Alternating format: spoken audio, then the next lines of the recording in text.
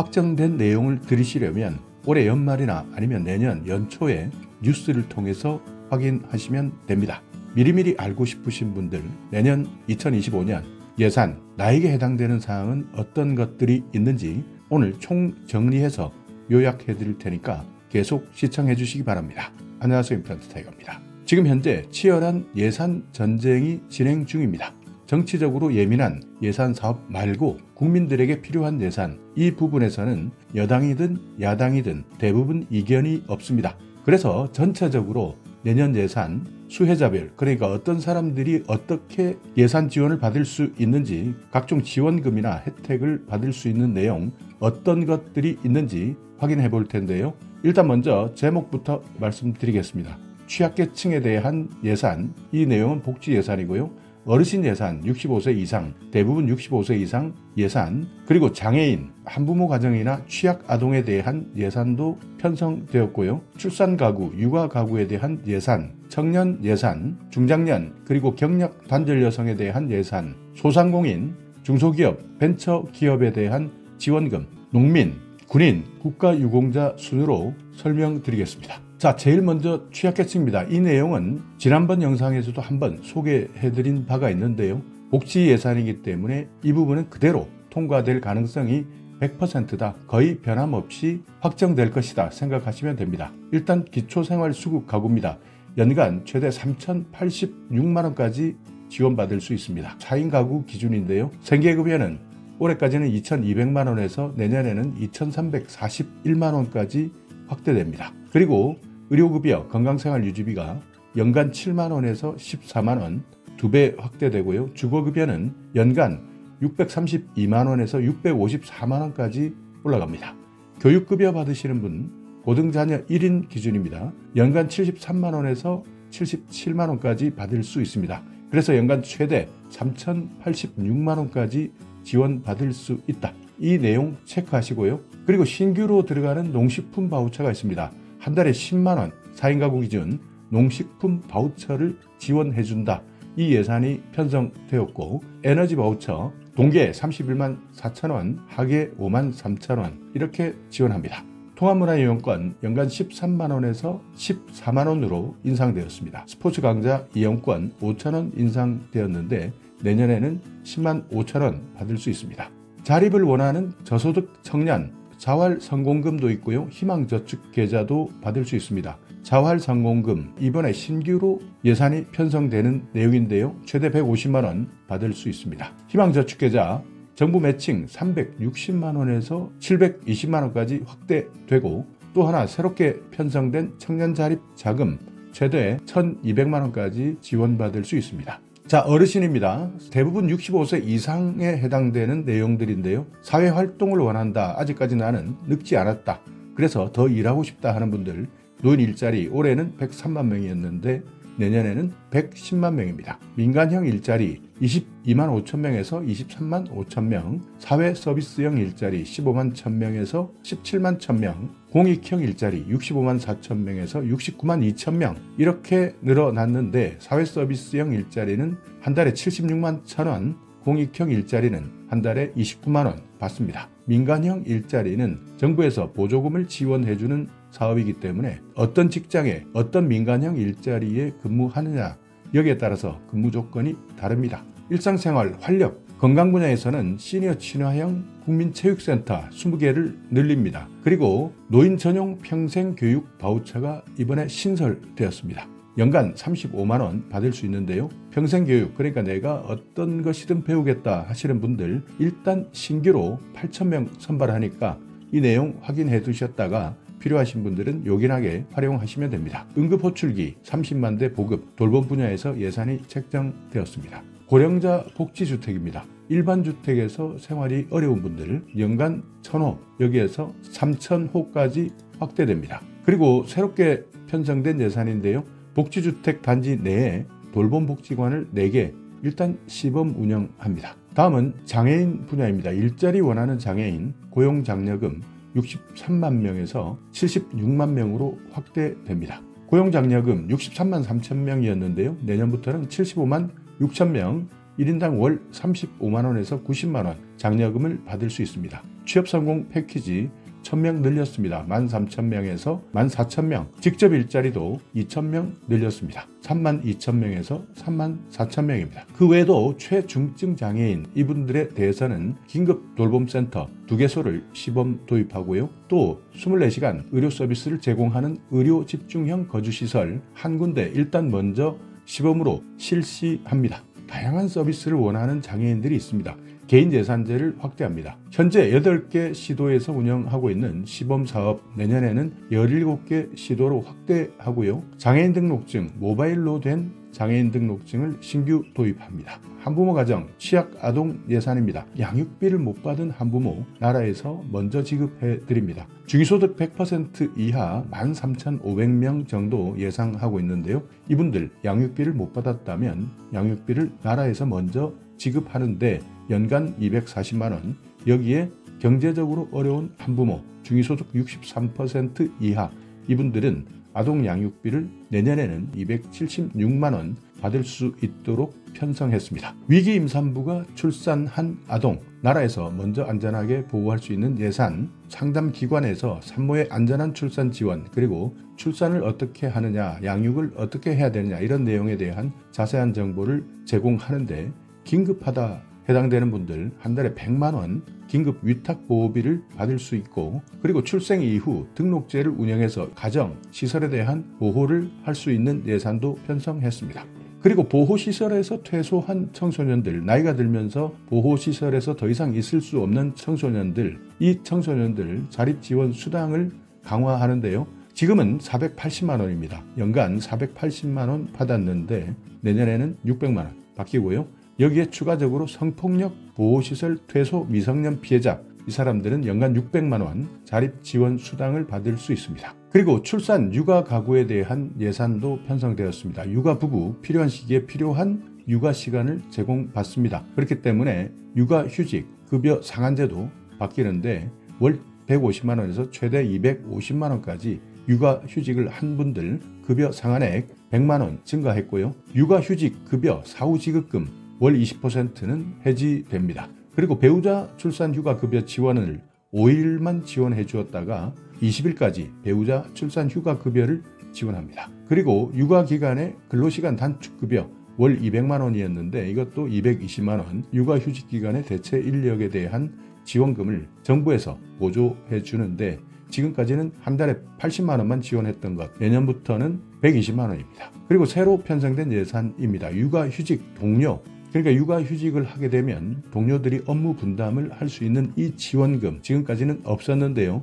육아휴직 때문에 내가 업무 분담을 해야 된다. 한 달에 20만 원 업무 분담 지원금을 받을 수 있습니다. 맞벌이 가구 아이 돌봄 서비스가 확대됩니다. 일반 돌봄 소득 요건이 지금까지는 기준 중위소득 150%였습니다. 이것을 200%까지, 그래서 더 많은 사람들이 아이 돌봄 신청할 수 있고요. 지원율도 소득 구간에 따라서 5%에서 10% 달라지게 되니까 상세한 내용 다시 확인하시기 바랍니다. 그리고 새롭게 신설된 예산 단기 육아휴직이 신설되었습니다. 연 1회 2주 동안 가능합니다. 그리고 긴급 돌봄이 필요한 사람들, 직장 어린이집 긴급 돌봄 신설 65개 새롭게 생깁니다. 일시 돌봄 받을 수 있고 병원 동행 가능합니다. 그리고 학교나 각종 교육시설 하원 지도도 받을 수 있습니다. 신혼부부에 대한 예산, 출산 가구에 대한 예산, 주택 분야입니다. 주거 공간을 더 넓게 제공하겠다.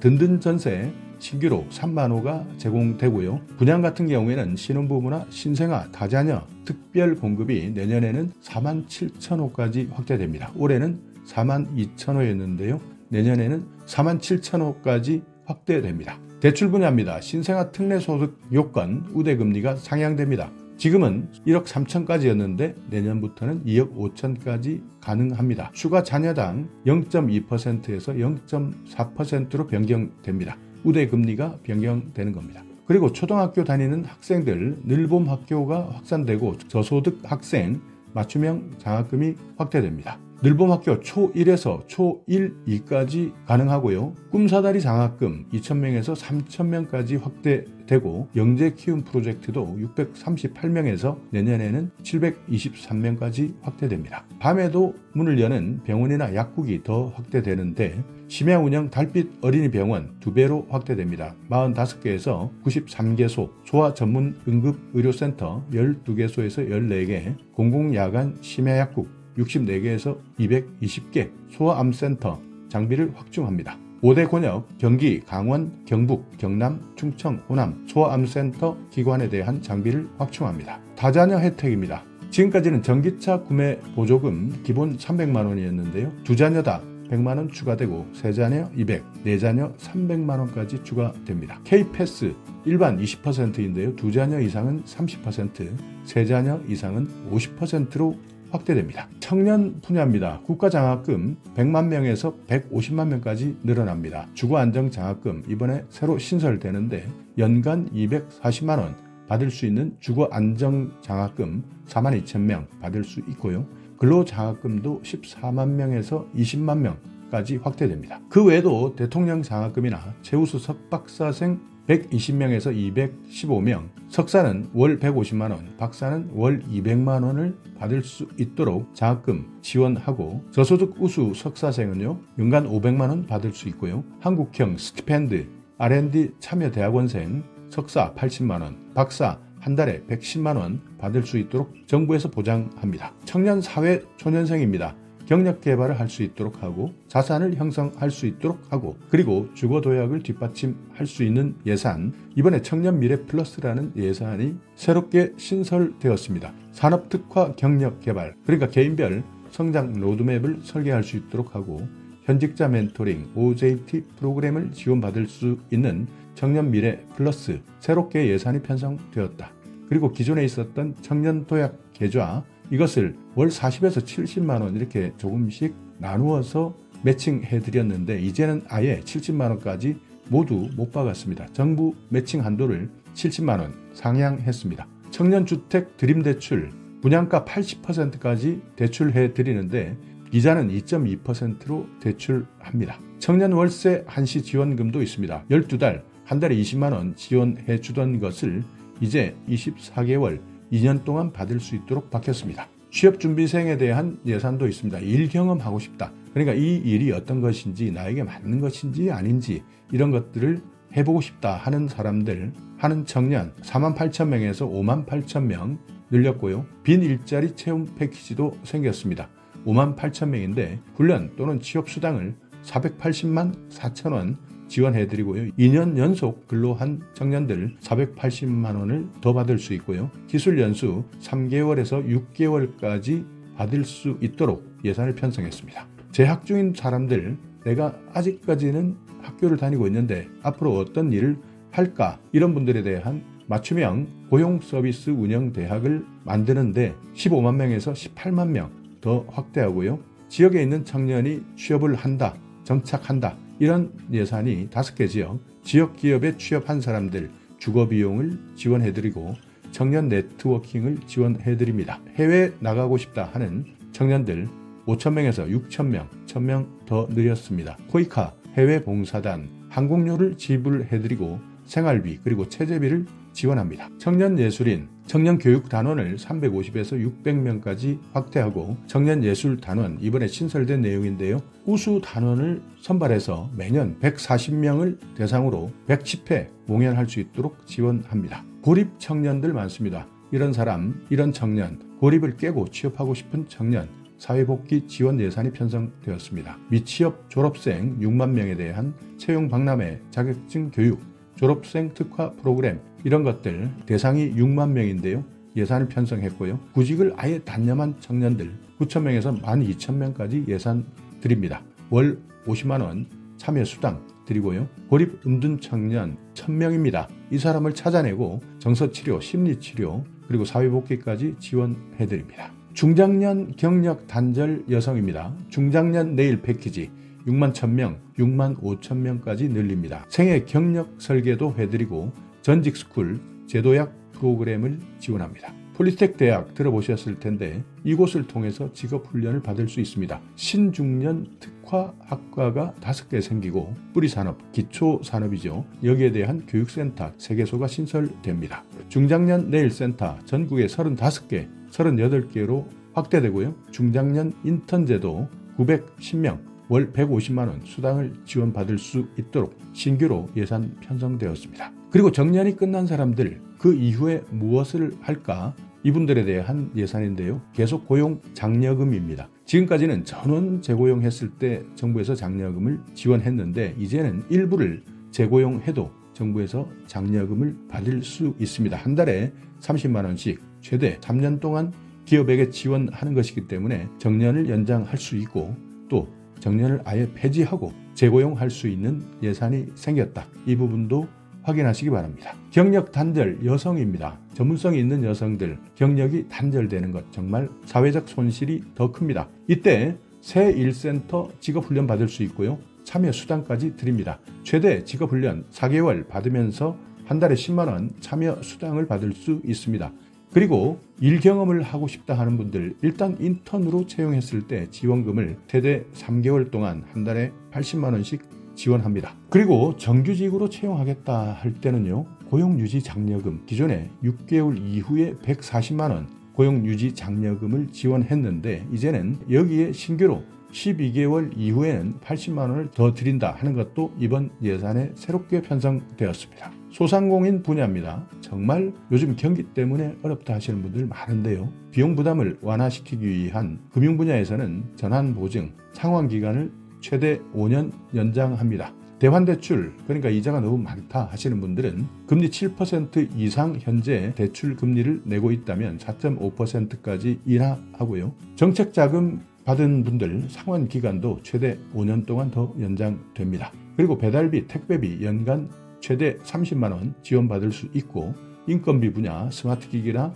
소프트웨어를 보급할 때 6,000개에서 11,000개까지 확대됩니다. 자, 폐업하는 분들 많습니다. 이분들 대출이 있다면 대출금 축소할 수 있고 또 대출금 때문에 재도전하기 어려웠던 분들 모두 지원해드립니다. 일단 채무조정 새출발 기금을 30조에서 40조 이상으로 늘립니다. 최대 4억 5천만 원까지 감면받을 수 있기 때문에 빚 때문에 아무것도 못하셨던 분들 내년에는 이 예산이 확정되면 새출발 기금 한번 신청해 보시면 되고요. 폐업했는데 점포 철거할 돈도 없다 하시는 분 최대 250만 원까지 지원했던 것을 400만 원까지 늘립니다. 취업을 하겠다 이제 자영업 말고 취업하겠다 하시는 분들은 사전 교육 수당 60만 원 받을 수 있고요. 최대 6개월 동안 한 달에 50만 원에서 110만 원까지 심층 교육 수당도 지급받을 수 있습니다. 구직자는 취업했을 때는 취업자 성공수당 190만 원 받을 수 있고요. 고용주 고용촉진 장려금 월 30만 원에서 60만 원까지 1년 동안 지원받을 수 있습니다. 유망소상공인 스케일업 자금, 플랫폼 협업 자금, 매출 기반 확대 자금, 온누리 상품권 5조 5천억까지 늘어났습니다. 농민 분야입니다. 수입 안정보험 9개 품목에서 15개까지 늘립니다. 기본형 직불금 최초 5% 인상하고 비지능 지역에 밭까지 추가 인상합니다. 그리고 전략작물 직불제 50만 원에서 100만 원, 헥타르당 50만 원에서 100만 원 밀농사에 해당되고요. 하계 조사료 430만 원에서 500만 원까지 지원합니다. 귀농청년 영농 정착지원금 5,000명, 내년부터는 5,000명 정착자금 한 달에 100만 원씩 3년 동안 받을 수 있고요. 임대주택 단지도 10개소 추가 조성하고 장기 임대형 스마트팜입니다. 40명에서 80명 청년농이 최대 10년까지 임대할 수 있도록 장기간 임대할 수 있는 스마트팜 4개소를 신규 조성합니다. 농촌에서 살기 힘들다. 대부분 집 때문에 문제인데요. 농촌 공간을 정비합니다. 악취나 오폐수, 소음 같은 난개발 시설을 철거할 수 있도록 하는 곳 예산 편성되었고요. 빈집 정비, 체류형 복합단지도 추가합니다. 체류형 복합단지 일단 살아보고 여가활동이나 체험, 관광 패키지 이런 것들을 할 수 있도록 하는 체류형 복합단지 단지당 30억을 지원해드립니다. 자, 마지막입니다. 군인, 국가유공자에 대한 처우 개선입니다. 먼저 병장 봉급은 내년에는 205만 원 받을 수 있습니다. 그리고 생활관도 8인에서 10인실을 2인에서 4인실 여기에 화장실도 공용이 아니라 단독 화장실, 샤워실까지 갖춘 2인에서 4인실로 개선하고요. 그리고 전투복입니다. 공용 피복 9종, 여기에서 개인 피복 4종을 추가로 신설했습니다. 예비군 동미참 훈련 참가비 4만원, 직계훈련 교통비 6천원 추가됩니다. 군간부에 대한 주거여건, 복무여건을 개선합니다. 간부 숙소도 개선되고요. 관사도 30평형으로 바뀝니다. 여군 필수 시설, 화장실, 샤워실, 탈의실 새롭게 확충되고 군의관에 대한 진료보조비 월 최대 150만원 받을 수 있도록 바뀝니다. 보훈 대상자 보상금 3년 연속 5% 인상합니다. 그러니까 내년에는 올해에 비해서 5% 인상하는 보훈 대상자에 대한 보훈급여 보상금 인상된다 하는 것, 참전 명예수당이 연간 504만원에서 540만원까지, 무공 영예수당입니다. 576만원에서 600만원이었던 것이 612만원에서 636만원까지 확대됩니다. 자, 이렇게 오늘은 2025년 예산안 수혜자별 민생사업, 민생 분야이기 때문에 대부분 여당이든 야당이든 이견이 없다. 그렇기 때문에 이 예산들은 대부분 큰 이견 없이 통과될 것으로 예상되니까 나에게 해당되는 내용이 있다면 미리미리 확인해 보시고 내년에는 반드시 챙겨보시기 바라겠습니다. 자, 오늘 영상 여러분께 조금이나마 유익한 정보가 있었다면요. 오늘도 구독 그리고 좋아요 부탁드리겠습니다.